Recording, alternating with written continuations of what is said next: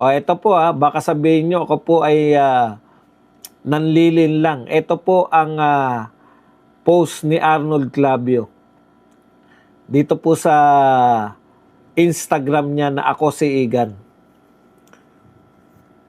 Ito, akala ko ang parinig niya lang, no? Na in general, akala ko hindi niya tutukuyin. Ito kasi yung malaking post niya. Iba pa yung paliwanag na maliit. Sabi niya rito, ang pagbibitiw ba sa pwesto ng isang opisyal ng gobyerno sa gitna ng kanyang paglilitis ay maituturing na tusong hakbang para maiwasan niya ang anumang pananagutan at parusa, kabilang na ang pagbawal na makahawak ng anumang government position habang buhay. Akala ko nagpaparinig lang si Arnold Clavio. Sabi ko hindi niya tutukuyin na si Vice President yung pinariringgan niya.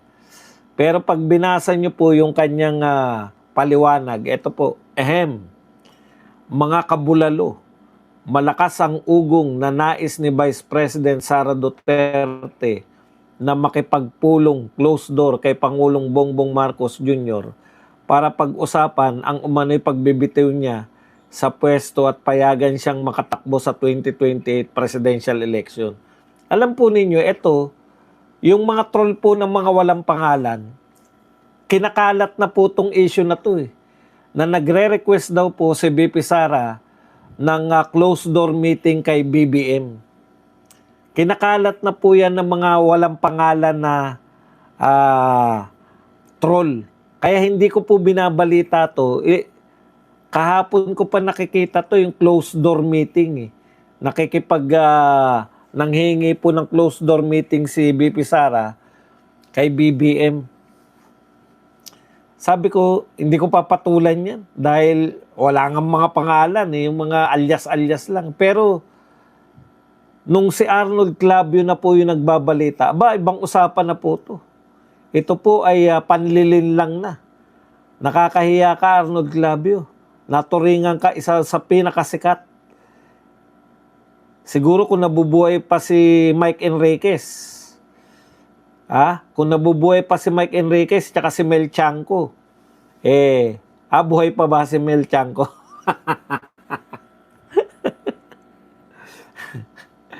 Masisita ka Hindi ka na nahihiya. Okay. Ang katumbas na lang ng mga balita mo, yung mga troll na walang pangalan, Arnold Clavio.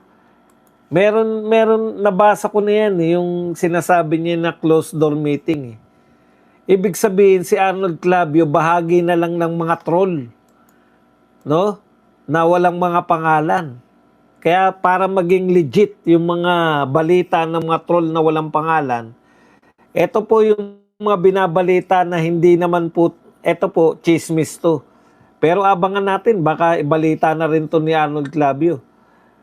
Nakita ko po sa mga troll po nila to, hindi kakampi natin Unreliable po to, chismis po to. Nakita ko po yan. Yan pong naghingi daw po ng closed door meeting si BP Sara. Tapos ngayon binabalita mo na, pinupost mo na, Arnold Clavio. Pareho na kayo ng mga trolls. Tuloy po natin. From the top, mga kabulalo, malakas ang ugong na nais ni Vice President Sara Duterte na makipagpulong. So, ugong lang daw to, ugong. Closed door kay Pangulong Bongbong Marcos Jr. para pag-usapan ng umano'y pagbibitiw niya sa pwesto at payagan siyang makatakbo sa 2028 presidential election. Himayin natin bago tayo mabudol na naman. No joke. Kung totoo ang ugong, desperadong hakbang ito para sa kanyang kampo. Kakainin niya ang lahat ng binitawan niyang salita tungkol sa impeachment trial na una na niyang sinabi na hindi siya magbibitiw. Kung magre-resign naman siya bilang Vice President, hindi otomatiko na mawawalang parang bula ang pananagutan niya sa batas, kaugnay ng paglustay umano ng halos kalahating bilyong piso ng confidential fund. Mayroon din siyang nakabinbing kaso sa Office of the Ombudsman kaugnay nito, pero maaari siyang tumakbo sa 2028 election hanggat walang pinal na desisyon. Okay, eto mamaya itutuloy natin. Eto nakakahiya, Arnold Clavio. Chinichismis to nung mga ni Kapunan. Kung hindi ako nagkakamali, si Kapunan yung nagchismis nito, di ba? Na si Kapunan ba? Basta isa sa mga sa dami ng impormasyon. Okay, even Mike Abe spreading that. Oh, kita nyo, talagang ano po to. Hindi yata si Kapunan, basta meron po sa prosecution na nagpapaliwanag kunwari na kahit mag-resign si BP Sara, tuloy pa rin. Parang kung hindi ako basta isa diyan sa mga abogado ng prosecution. Kung hindi si Luis Tru, si Kapunan, na chinichismis po nila na kahit mag-resign si BP Sara, tuloy pa rin po yung kaso. Ngayon, eto malala. Nadagdagan na po. Nadagdagan na yung kwento. Pagdating dito kay Clavio, dinagdagan na po nila. Nanghihingi na ng closed door meeting si BP Sara kay BBM para siya ay mag-resign. Puta, ibang klase talaga. No? Alam po ni BP Sara kung gaano katuso si BBM. Siya nga po yung pinagbibintangan niya tapos hihingi siya ng closed door meeting. Isip-isip naman kayo sa paninira kay BP Sara. Ibig sabihin, nabasa ko po to sa isang walang pangalan troll. May pangalan pero hindi po tao. Hindi ko po pinansin to na nanghingi si BP Sara na closed door meeting kay BBM. Pero dapat natin banatan na to dahil si Arnold Clavio na may pangalan na eh. At marami po naniniwala dito sa tukmol na to. Biruin mo, ang banat mo ugong. Tapos, babanatan mo si BP Sara dahil sa ugong. Yung mga taga Davao po, huwag kayong mag-alala. Nariyan po kami sa September 1 dahil po opening po na Kingdom. Kaya bago mag-September 1, iikot-ikot na ako riyan sa Davao. Abangan nyo lang. Malamang tumambay ako dyan sa harap ng City Hall. Kasi dati nag-live ako dyan eh. Maraming mga viewers natin na taga Davao na nagpunta sa atin eh. Habang naka-live, nagpapapicture. So abangan nyo lang po ako riyan sa Davao City. Ngayon, kasi Kingdom, yung opening po ng Kingdom, invited po kaming mga Birada Aguila Boys. Okay. So, pinagbibintangan na ni Igan, Arnold Clavio, si BP Sara, na nambubudol dahil po gumawa po sila ng kwento na kaya daw gustong mag-resign para makatakbo sa 2028. Utot nyo, ang huling sinabi po ni BP Sara, hindi siya magre-resign dahil pagtataksil yan sa mga bumoto sa kanya. Bakit naman magre-resign? Wala pa naman. Gaano po yung ebidensya ninyo kay BP Sara? Sapat na ba sa tingin nyo yung ebidensya nyo kay BP Sara? Kung sapat na po yung napapakitang ebidensya, bakit po sila Chua, bakit po yung prosecution naghabol pa po ng press conference? Kaya malala talaga to eh.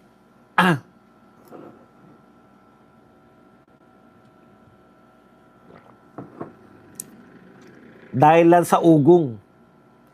Okay. Ano pa yung mga sinabi niya rito? Mayroon din siya nakabimbing mga kaso sa Office of the Ombudsman kaugnay nito pero maaari siyang tumakbo sa 2028. Sa ngayong kaso, si BP ay impeach na ng mga mayorya ng kongresista pero nanatili pa lang itong akusasyon laban sa kanya. Tanging mga senador ang husga. Yan, medyo bumabawi siya pero wala na yan eh. Yung sinasabi mo na magre-resign si BP Sara, yan po ay maliwanag na fake news na dinaan mo sa chismis kunwari. Huwag pabudol, managot ang dapat managot. Putang, managot ka ng dapat managot. Kailan mo pinagpanagot yung mga contractor. Okay. So, eto po, kung totoo ang ugang, may ganun pa siya no? Kaya lang hindi mo pwedeng gamitin yan, Arnold Clavio Dahil ikaw po ay media man at sikat kang media man. Kaya maraming naniniwala sa'yo, marami kang ililigaw. Pero iwan muna natin yan. May isa pa si Arnold Clavio na panlilito Ito po, kasi napag-usapan natin si La Chua. Pag-usapan na rin po natin tong yung hirit nila Chua dito po sa mukhang maghigpit na po si Chis Escudero. Dahil ang hindi nila magawa, ito pong prosecution, hindi po nila magawa sa impeachment, ginagawa po nila outside ng impeachment trial yung mga paninira nila kay BP Sara. Katulad po nito, ginagamit po nila yung mga hindi bayarang media na katulad ni Arnold Clavio para po tuloy-tuloy yung paninira nila kay BP Sara. Alam niyo po, siyempre kung kayo makakarinig, di ba tayo, mga Duterte tayo, ang tagal na natin nakikipaglaban sa mga Duterte. Tapos maririnig natin, si BP Sara pala ay humihingi ng closed door meeting kay BBM. Hindi po ba sasama po yung loob natin? Sa totoo lang po. Di ba? Ang tagal-tagal natin silang pinaglalaban tapos makikipag-deal lang kay BBM. Hindi po ako naniniwala. Hindi po ako naniniwala na gagawin po ni BP Sara yan. Makikiusap siya na para makatakbo lang sa 2028, makikiusap siya, magre-resign na lang. Kalokohan po yan. Kung ngayong vice president siya pangalawa sa pinakamataas na pwesto ginagawa sa kanya yung ganyan. Kayang-kaya siyang kasuhan, kayang-kaya siyang impeach, kayang-kaya siyang pagsinungalingan. Paano pa pag-resign na siya as vice president? Hindi nyo ba naisip yun? Hindi po magre-resign yan.